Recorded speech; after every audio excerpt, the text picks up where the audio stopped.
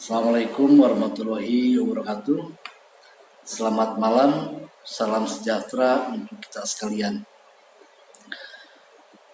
Puji bagi Allah, selawat bagi Rasul.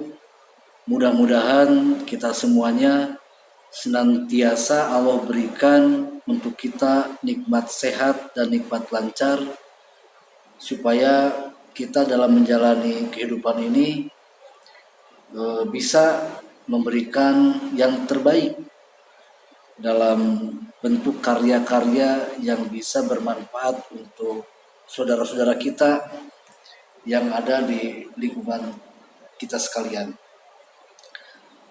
Teman-teman, saudara-saudara sekalian, kita melihat saat ini kita lagi diuji oleh Yang Maha Kuasa, yaitu wabah COVID-19. Wabah ini berdampak ke semua sektor. Saat ini beberapa sektor yang ada di negara kita, baik sektor pariwisata, transportasi, jasa keuangan, kemudian otomotif, pendidikan, mengalami efek luar biasa, sehingga kemungkinan terbesar ada di lingkaran potensial loss. Jadi mengalami perubahan yang mengakibatkan terganggunya cash flow keuangan. Wabah COVID ini satu sisi memang tidak bisa kita pungkiri, kita harus bisa memutus rantai dari COVID-19 ini dengan menjalankan apa-apa yang disarankan atau dihimbau oleh pemerintah, yaitu dalam bentuk jaga jarak, menghindari kerumunan, kemudian sering cuci tangan, jika aktivitas terpaksanya keluar harus pakai masker. Cara-cara itu yang dianggap oleh pemerintah dan kita sekalian itu sangat efektif untuk memutus perkembangan rantai COVID-19 ini. Akan tetapi perlu kita sadari bahwasanya mau tidak mau, dan memang sudah menjadi kebutuhan makhluk hidup manusia kita semua, bahwasanya tetap yang namanya pangan itu menjadi kebutuhan utama yang harus disediakan oleh pemerintah, karena menjadi bahan pokok untuk konsumsi kita semua, baik yang sakit ataupun yang tidak sakit. Nah, lewat video kali ini saya mencoba memberikan suatu peluang. Mari kita semua yang sehat bisa berkontribusi, bergotong royong untuk membantu sesama, membantu rekan-rekan kita yang terkena imbas kesehatan ataupun yang terkena imbas dari ekonomi yang melambat saat ini. Sektor yang bisa kita kerjakan yang mungkin tidak begitu rumit untuk kita semua, yaitu membantu pemerintah dalam pengadaan pangan sehari-hari yang dibutuhkan oleh masyarakat kita semua, yaitu sektor pertanian. Sektor pertanian ini menjadi jantung utama saat ini, karena sektor pertanian dipaksa oleh keadaan untuk bisa menyediakan bahan pangan, bahan pokok sebagai keperluan untuk kita semuanya. Bertani merupakan kebiasaan leluhur kita, yaitu sudah leluhur kita sudah biasa dengan memegang cangkul, menanam di lahannya para petani. Aktivitasnya tidak jauh seperti itu. Bagi rekan-rekan yang saat ini tidak mempunyai lahan yang luas atau yang saat ini bekerja di rumah, mungkin sudah bisa berpikir bagaimana di depan rumah kita bisa tersedia kebutuhan sehari-hari memasak, yaitu dalam bentuk sayuran. Bertani yang nempel di pikiran kita jelas yang pertama adalah lahan. Nah, karena problem utama saat ini kepemilikan lahan sangat terbatas, akan tetapi keperluan untuk makan memang harus tersedia. Disinilah kita dituntut untuk berkreasi, beraktivitas, berkarya. Sehingga dengan keterbatasan lahan saat ini, dengan situasi yang tidak memungkinkan saat ini, kita masih bisa beraktivitas, menyediakan minimal pangan untuk kebutuhan kita sendiri, keluarga kita sendiri. Mungkin teman-teman rekan-rekan semua pernah browsing atau melihat di lingkungan sekitar itu urban farming. Nah, urban farming ini yaitu pertanian di lingkungan perkotaan atau pemukiman yang padat, yang tidak memiliki lahan yang luas, tetapi bisa memanfaatkan lahan secara vertikal, yaitu ke atas.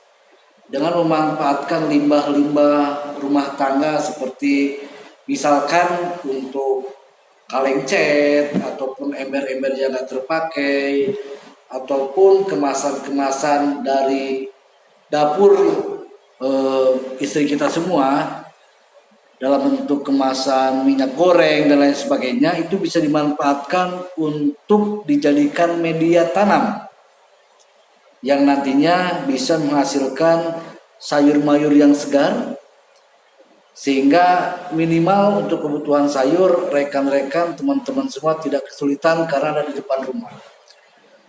Tidak rumit untuk mempersiapkan hal tersebut.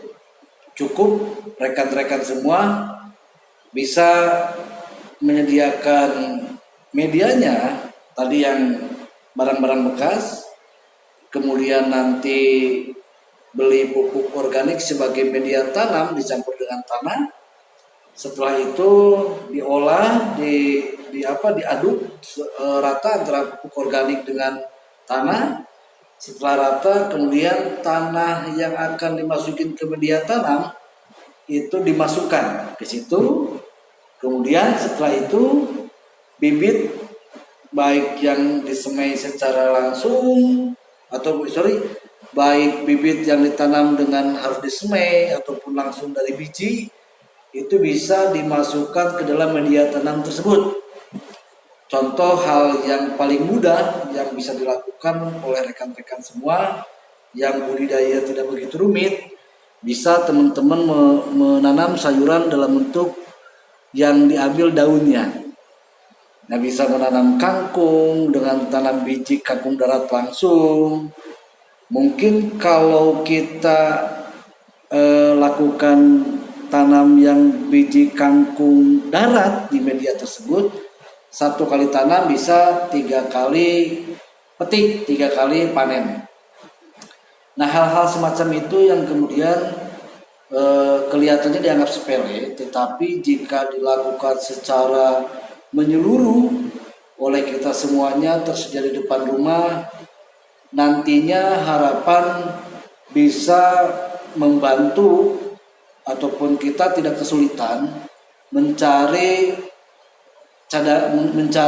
bahan makanan dalam bentuk sayuran, tidak repot-repot keluar rumah, tersedia di depan rumah untuk kita panen. Nah, hal-hal ini sangat bisa kita lakukan, terutama yang tinggal di kompleks perumahan, yang notabene di kompleks perumahan untuk saat ini adalah para pekerja yang kemungkinan terbesar oleh instansi ataupun perusahaan yang tempat bekerja saat ini disarankan untuk tetap kerja di rumah.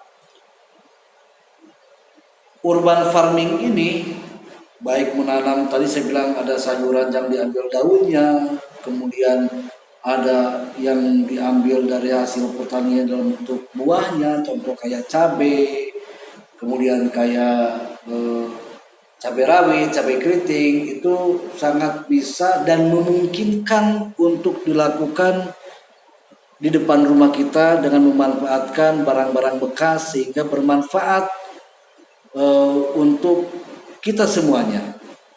Nah, tentunya kenapa itu dilakukan? Karena kita lihat dari perkembangan wabah COVID-19 ini, dari mulai bulan Maret sampai bulan April saat ini, tentunya kalau kita melihat data yang disampaikan oleh pemerintah, perkembangan peningkatan dari wabah ini sangat cepat sekali. Ini sebagai indikasi untuk kita semua. Memang yang paling utama yang saat ini perlu diselesaikan adalah bagaimana COVID-19 ini bisa cepat terselesaikan dengan baik. Akan tetapi imbas dari COVID-19 ini, kalau kita lihat dari data-data yang disampaikan para pembisnis, para pengusaha, ada dua efek yang terjadi di sosial ekonomi akibat dari COVID-19 ini. Satu adalah golongan potensial loss. Ini tentunya satu kelompok yang terdampak sangat luar biasa, yang di sini income-nya ataupun para pekerja di potensial losser ini sangat banyak sekali. Contoh yang ada di golongan potensial loss ini, atau kita sebut dengan sebutan potensi kehilangan market, ya.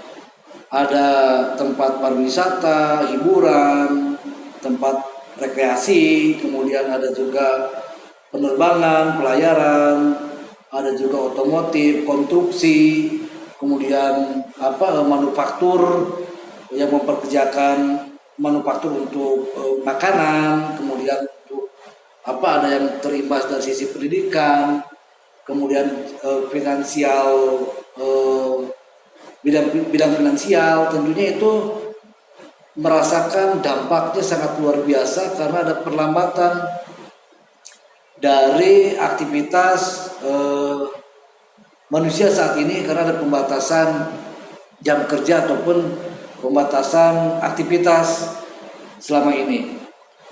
Dan contoh berikutnya lagi kayak hotel, restoran, tentunya itu juga terdampak sangat luar biasa sekali.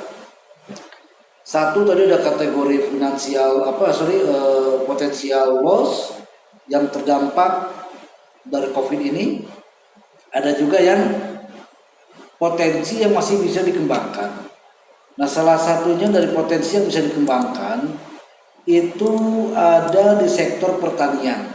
Kenapa saya pilih sektor pertanian? Karena memang yang paling utama dan yang paling pertama kebutuhan manusia itu adalah perut. Perut dalam situasi apapun tetap harus dicukupin untuk bisa bertahan hidup. Nah, lewat urban farming ini minimal kita membantu di sekitar kita tidak kekurangan pangan. Hal yang sepele bisa kita lakukan untuk menghasilkan karya yang nantinya berguna minimal untuk keluarga kita sendiri, lingkungan kita sendiri. Dari upaya-upaya kita untuk menyediakan pangan, harapan kita semuanya, harapan saya bisa dicontoh oleh masyarakat lain sehingga secara bersama-sama semuanya bisa menyediakan sumber makanan yang kita bisa makan, dan nantinya tentunya kita akan bisa menyikapi ujian ini dengan baik.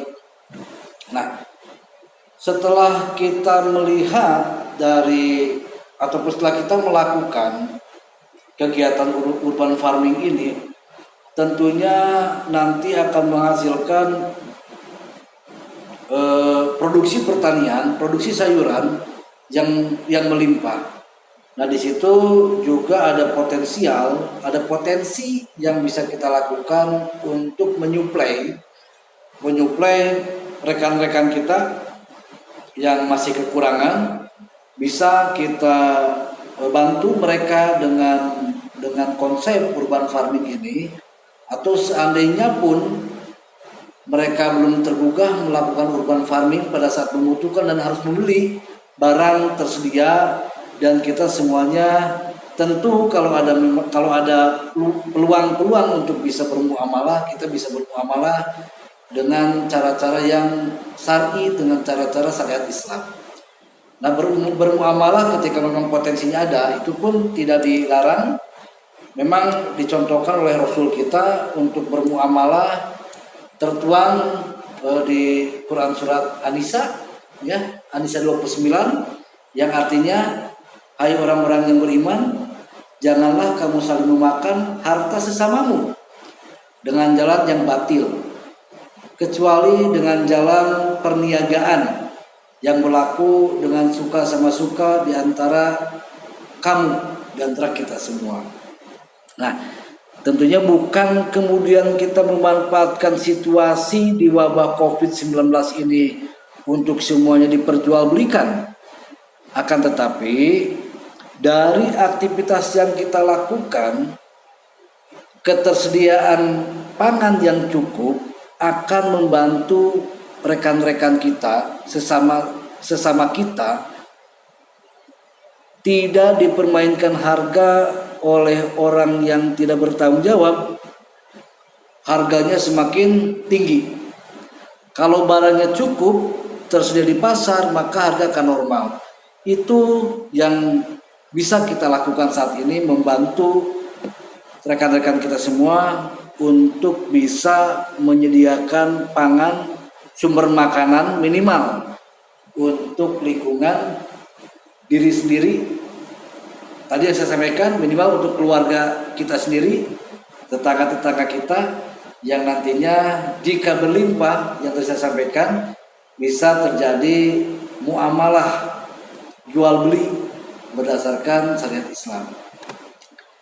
Nah, tentunya kalau bermuamalah sebagaimana dicontohkan oleh Rasul kita, ya, satu, kita harus jujur dalam berdagang, artinya tidak bohong dari sisi barang yang ditawarkan. Kalau jualnya sayur 1 kilo, sayur 1 ikat, suka sama suka, dan dia mampu membeli, kita jual dengan tidak berbohong dari isi dan jenisnya.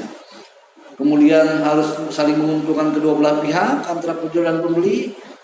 Hanya menjual produk yang bermutu tinggi, jangan bohong di mutu produk.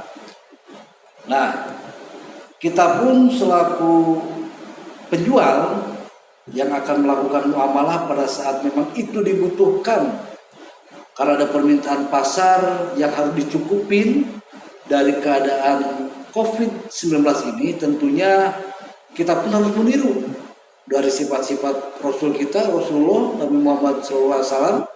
Satu, kita harus mempunyai sifat sidik, ya, yaitu sifat yang benar, amanah, dapat dipercaya, tabligh, menyampaikannya dengan baik, patona, itu IQ-nya cerdas. Nah, semuanya sudah dicontohkan oleh Rasul kita. Rasul kita kegiatannya kita ketahui berdagang, bahkan antar negara dagangnya, ya. Kalau kita perlu belajar sejarah ke belakang. Nah, dalam menjalankan muamalah tersebut, tentunya kita harus menjalankan supaya bisa menganalisa potensi pasar, yang kemudian usaha kita tidak dalam posisi merugi. Hal-hal apa saja yang memang perlu kita lakukan? Satu, planning untuk berusaha itu harus jelas, tujuan, goalnya harus jelas. Apa dan bagaimana, untuk apa dan kenapa kita melakukan usaha, tentunya harus memiliki planning yang jelas, harus memiliki goal yang jelas.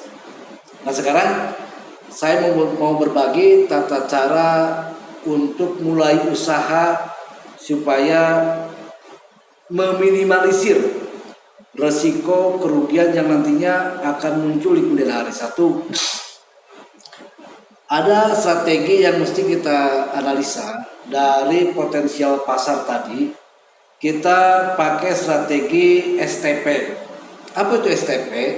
STP itu strategi dasar untuk pertama itu mensegmentasikan. Kita harus bisa membagi, menseratakan pasar kita yang akan menjadi market kita, segmentasi. Memetakan segmentasi, memetakan pasar kita yang tujuannya ke arah mana. Dari masing-masing segmentasi yang akan kita tuju, maka targetnya harus jelas.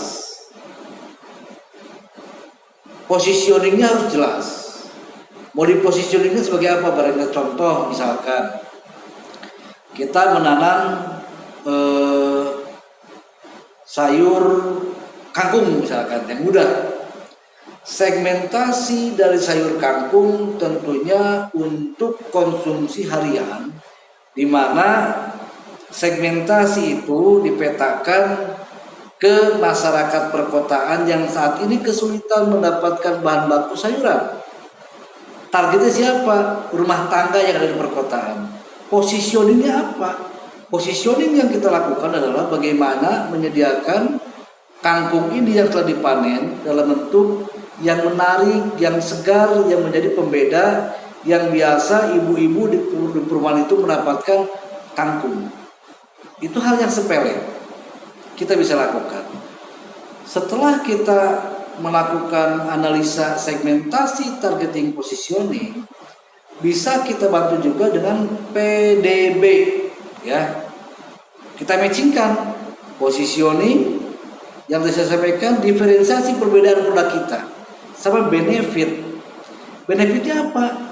Mungkin kita bisa lakukan dengan lewat beli kepada kita. Satu tadi saya sampaikan, kita bisa memberikan edukasi tentang pertanian, karena di beberapa lingkungan pertanian itu sangat awam. Orang saat ini hanya bisa menilai barang yang dibeli dengan uang.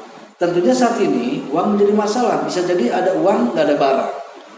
Nah, situasi saat ini COVID-19 bisa memungkinkan uang mereka punya tapi barang susah didapat. Hal-hal edukasi berkaitan dengan situasi saat ini bisa kita lakukan sebagai benefit, sebagai diferensiasi. Itu langkah awal yang mesti kita lakukan. Nah, dalam melakukan hal berikutnya untuk analisa usaha, jika tadi saya bilang ada peluang di situasi saat ini memungkinkan kita untuk melakukan muamalah, yaitu dengan cara apa? Cara berikutnya adalah kita lakukan analisa 4DX. 4DX ini yang saya alami selama ini saya menjalankan usaha sangat membantu sekali. Karena apa?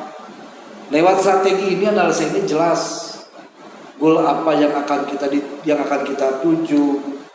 Kalau tadi dari produk sudah jelas, kita pakai analisa STP sama PDB. Untuk menjalankan setelah dianalisa STP PDB itu memungkinkan, maka kita bisa lakukan analisa 4DX. Satu, ya, widely important goal. Goal yang akan kita tuju lewat produk yang sudah kita segmentasikan apa? Goalnya apa? Targetnya apa? Yang kedua, lead measure itu cara untuk mencapai goal. dengan cara bagaimana supaya produk yang akan kita jual dengan goal yang sudah kita tetapkan supaya mendapatkan margin yang tidak merugi. Caranya bagaimana? Ini yang harus kita kelompokkan satu persatu. Ada cara 1, cara 2, cara 3, cara 4. Perlu kita analisa semua cara yang memungkinkan untuk mencapai goal tersebut. Yang ketiga, kita ada scoreboard. Scoreboard itu sebuah alat untuk mengukur kinerja alat mencapai target tadi. Sehingga scoreboard ini kita bisa mengukur alat mana di scoring. Contoh kita pakai alat A. Alat A itu scoringnya berapa, alat B berapa, alat C berapa. Itu scoreboard. Dengan scoreboard kita bisa bekerja lebih efektif dan lebih efisien. Yang berikutnya akuntabilitas. Dari semua yang kita lakukan dengan mencapai goal, kemudian caranya bagaimana, scoreboardnya apa, semuanya harus dipertanggungjawabkan. Untuk apa? Untuk menganalisa apakah usaha kita itu baik, menguntungkan atau merugikan. Maka akuntabilitas ini bagi seorang pengusaha walaupun pemula itu harus dilakukan, mempertanggungjawabkan, melaporkan, menganalisa seluruh transaksi yang dilakukan tadi seperti apa.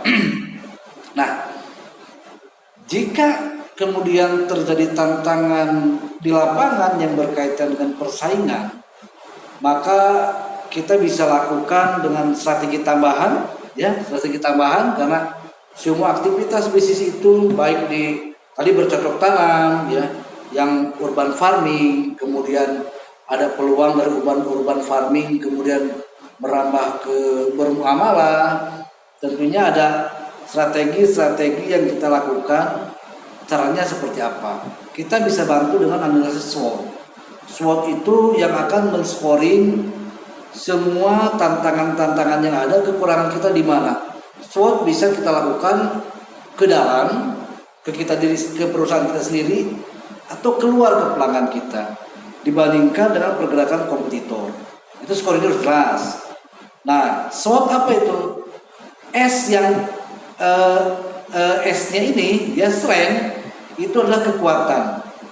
Kekuatan kita di mana, kekuatan kompetitor di mana, kekuatan pelanggan di mana. Itu harus punya skor masing-masing. Karena nanti kita akan scoring. Kenapa barang kita tidak laku? Kenapa barang kita kurang bersaing? Itu harus ada scoring masing-masing level kompetisi. Yang berikutnya ada weakness. Nah, weakness ini adalah kelemahan kita di mana, kelemahan kompetitor di mana, kelemahan pelanggan di mana. Yang berikutnya ada opportunity. Itu peluang-peluang. Nah, peluang ini perlu kita telaah lebih mendalam. Semakin banyak sisi positif yaitu strength dan peluang dibandingkan dengan kelemahan dan threats yaitu hambatan, maka posisi bisnis kita bisa di-scoring posisi S sama O itu harus lebih besar daripada posisi weakness dan threats, ya, hambatan. Nah, itu yang bisa saya sampaikan. Mudah-mudahan bermanfaat. Tadi saya sampaikan poin dari video ini yaitu cara menyikapi COVID-19 ini dengan dengan tidak kalut, ya. Kita tetap melakukan semua himbauan pemerintah, hidup sehat.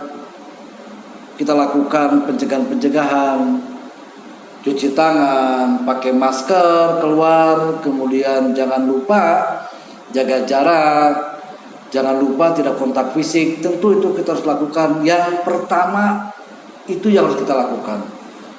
Nah, akan tetapi tetap kita harus beraktivitas, menghasilkan karya-karya yang bisa bermanfaat, membantu diri kita sendiri, keluarga kita sendiri, lingkungan kita sendiri.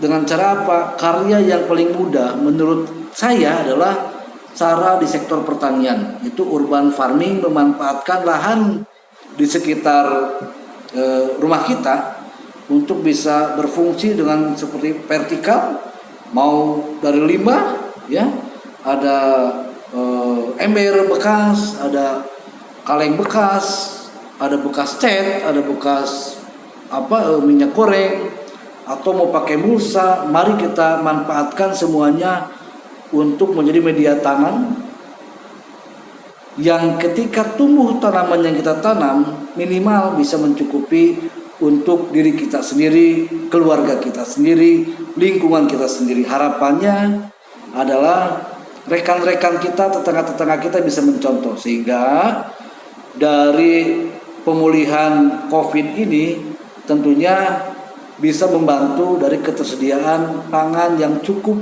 untuk kita makan, baik untuk kita, keluarga, dan tetangga. Nah, adapun jika ada peluang, karena tidak semua orang mau menanam, kalau nanti ada peluang untuk bisa dijadikan tempat usaha, maka tadi yang saya sampaikan, bermuamalah dengan cara-cara yang Islami.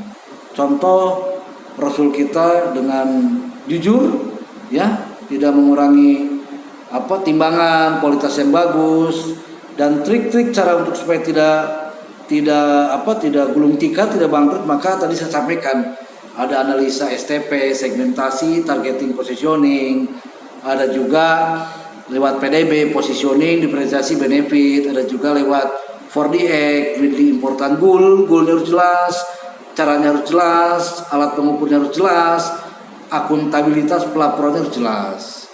Dan cara tambah lagi dengan analisa SWOT, kita bisa mengukur scoring masing-masing level, sehingga harapan kita dari wabah ini diambil sisi positif, kita bisa bermanfaat untuk diri kita sendiri, lingkungan, tentunya untuk sesama muslim muslimah yang saat ini lagi diuji dari COVID-19 ini. Sekian dari saya. Billahi taufiq wa hidayah. Wassalamualaikum warahmatullahi wabarakatuh.